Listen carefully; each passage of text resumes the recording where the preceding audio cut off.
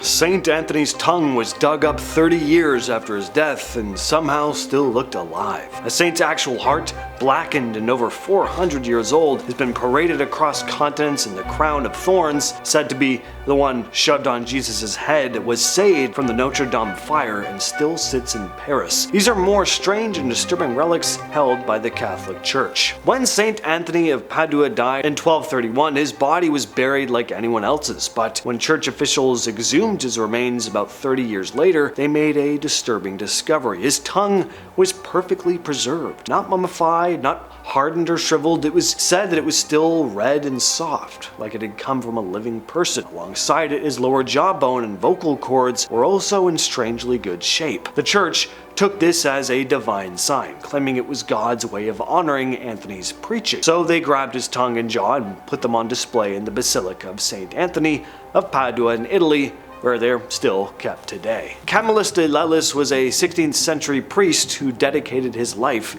to caring for the sick and dying. When he died in 1614, his heart was removed and kept as a sacred relic. That heart has been touring the world ever since. Has traveled to countries like Ireland, the Philippines, and Italy, often arriving in a gold box or a glass container. The church presents it as a symbol of compassion, but it's also no question an actual human organ that's over 400 years old. You can still see it today at the Church of St. Mary Magdalene in Rome, where it sits behind a small plaque and some gold trim. The thing is blackened and shriveled from age, but you can still tell that, yep, that's a human heart. One story goes that it was tested during an autopsy and found to be enlarged from love. So wherever it goes, people line up to kiss the box or pray in front of it. The Crown of Thorns is believed to be the one placed on Jesus' head before his crucifixion. The main relic is kept in Paris in the Notre Dame Cathedral, but it was originally brought to the city by King Louis IX in the 1200s. He got it from the Byzantine emperor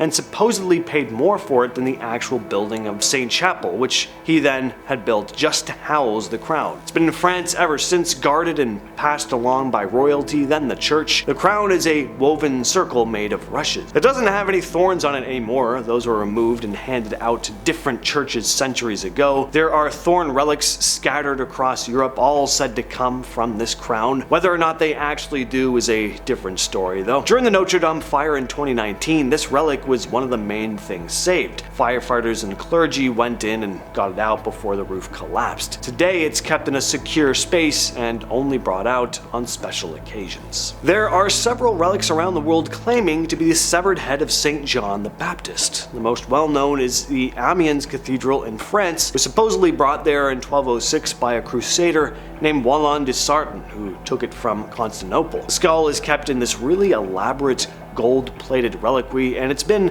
a major pilgrimage site for centuries, but it's not the only head of John the Baptist out there. Another one is in the Basilica of San Silvestro in Rome. There's also a version in Munich and one in Syria. The one in Rome might be the head of a different saint who happened to share the same name. The German and Syrian relics are usually kept mostly out of view, wrapped in cloth, so who knows? Obviously, John the Baptist didn't have 4 heads, so not all of these can be real. Scholars generally consider the one in France to be the most credible, based on its history, the way it was acquired, and the fact that an entire cathedral was built just to house it. Saint Teresa of Ávila was a Spanish nun and mystic who died in 1582. When her body was exhumed, and it was exhumed several times after her death, it was reported to be incorrupt, meaning it hadn't decayed like a normal corpse. This was considered a sign of holiness, so the church decided to hold on to her body, but they didn't keep it in one piece. Over the years, her remains were divided and sent to different churches and convents across Europe. Her heart is kept in the convent of the Incarnation in Ávila. Her left arm and hand are displayed in a glass case in Rome. Her right foot is in Lisbon. Other parts, including a piece of her jaw and a finger, are held in other churches across the globe. The church preserved and spread her remains as holy relics, each one drawing its own crowd of pilgrims. Unsurprisingly, the heart's gotten the most attention. It's also known for its visible scarring, which some say was caused by divine visions Teresa described during her life. St. Mary Magdalene's right arm and hand are housed at the Dominican monastery in Rome. The arm is believed to be the same one she used to anoint Jesus' feet, which is why it's considered especially sacred. It's displayed in this beautiful glass and gold container shaped like an arm. It's kept under tight security and only occasionally brought out for people to see. This isn't the only body part of Mary Magdalene claimed by churches. Her supposed skull is in France. Other small relics like bones, hair, even a tooth have also been claimed by churches across Europe. The arm in Rome has been there for a very long time and is probably the best known. Whether it's actually hers, though, is up for debate. There's no solid trail from her burial to where the relic ended up.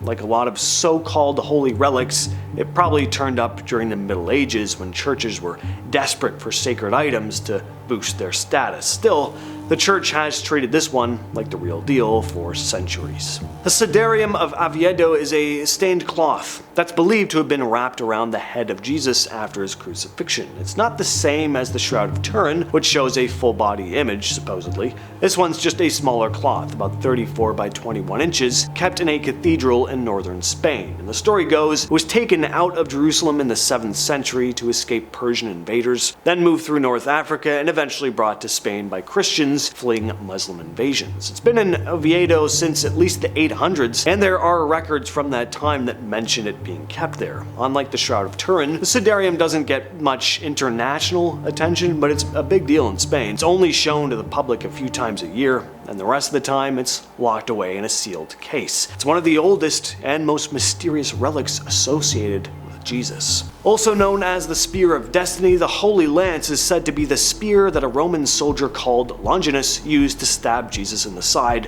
while he was dying on the cross. The Gospel of John mentions this, and over time, people started claiming they had the actual weapon. The most famous one is kept in the Hofburg Palace in Austria. It's a long iron spear with a small slit down the middle where a nail, allegedly from the crucifixion, was embedded. The lance became more than just a relic. In the Middle Ages, it was seen as a symbol of power, especially by the Holy Roman emperors. Charlemagne is said to have taken it into battle, and after that it got passed down through different emperors as a kind of holy symbol of power. During World War II, it even caught the attention of the Third Reich, who believed the lance would give their army supernatural powers. It was taken by the Germans in 1938, and it stayed with them until US troops recovered it in 1945. There are actually multiple holy lances around the world. There's one in Armenia, one in the Vatican, and another in Paris, but the Vienna spear in Austria is probably the most famous. The full skeleton of Saint Boniface of Tarsus is kept on display in the Church of St. Martin and St. Nicholas in Munich. It's been completely coated in gold and silver, decorated with gems and dressed in elaborate robes.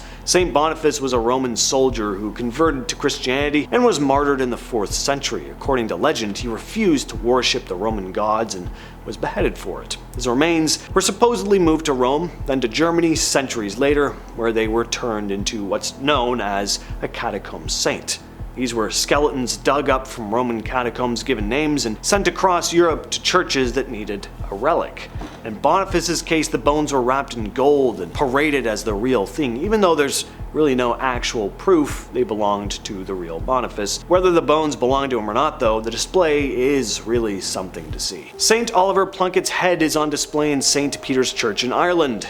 It's dark, leathery, and shriveled, but you can still make out the facial features, even some strands of hair. People still come from all over the world to see it, and that's not surprising. It has quite the history. Plunkett was born in 1625 and became the Archbishop of Armagh and Primate of all Ireland during the time when being a Catholic leader could get you killed. English authorities were cracking down hard on Catholicism in Ireland. Plunkett was seen as a threat.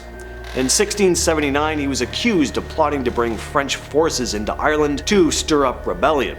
There wasn't any real evidence, but that didn't matter. He was dragged to London, given a sham trial, and convicted of high treason. On July 1st, 1681, he was hanged, drawn, and quartered. His remains were buried in 2 different places, but his head ended up in the hands of his relatives, eventually making its way to a convent run by one of his grandnieces, and it stayed there, hidden, until 1921, when it was brought to St. Peter's, where it still sits today. I've been your host, James, and I'll catch you, yes you specifically, in the next video.